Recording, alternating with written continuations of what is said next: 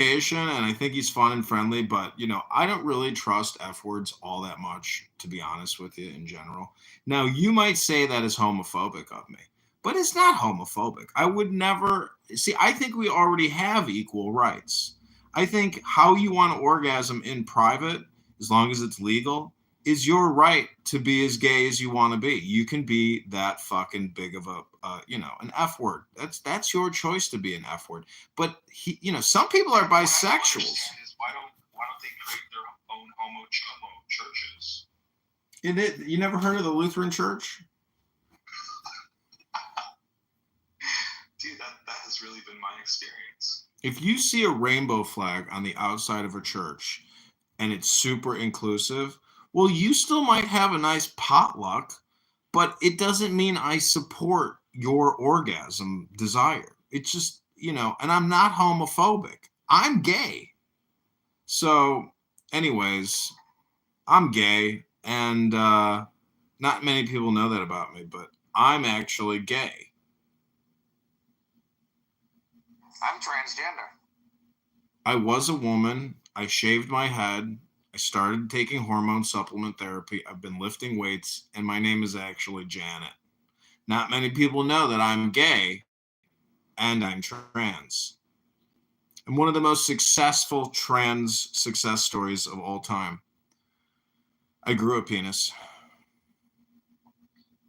Not many people can do that, actually. It's quite hard, but... So, John, you grew a penis and Zach sucked it? No. Uh-oh, Zach. You're just beginning. That's my next clubhouse rumor. I should create a room called I Slept. Oh, actually, Zach, I do have a clip of you on YouTube. It's called I Almost Slept with a Trans. That's the title of the YouTube video. And it actually did get a lot of views. And I think it is kind of a funny thing to bring up because there are so many trans now. And it's kind of amazing how on a Friday, Saturday night, when a guy's been drinking and you're in a nightclub and it's kind of dark, or you're in a bar and it's dark, and a lot of people know that this guy is a trans, but he's flirting with this guy. And I've seen it many times in my life. And like going back many years now, I've seen trans talking to men who don't know that that is a man, because they have breast implants. They are literally dressed to the 10s or the 9s. So also, doctor, my friend, a 3.5 out of a 10, and you were making a good point about 9s and 10s, about how that's like perfection. And so I just look at it as if you give a 50%, that's like an F rating. 3.5 is like a triple negative F. So that anything below 5 is a fuck you, basically. Right. Yeah, but Marshall Rankin is giving our president, a Republican president, an F.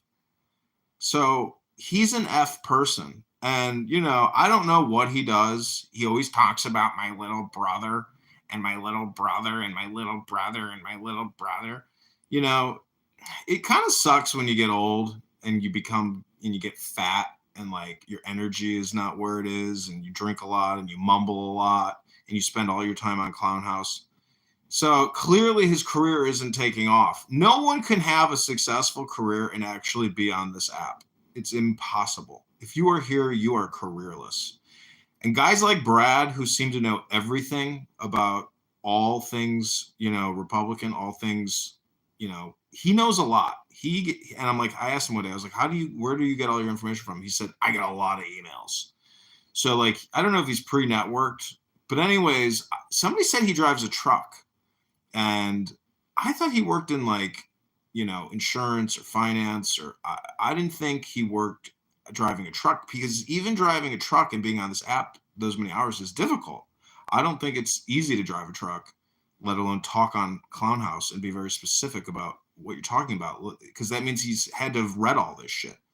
So anyways, welcome back to the Deep State Patriots, where we are going to now pipe in an actual Trump derangement syndrome room for you.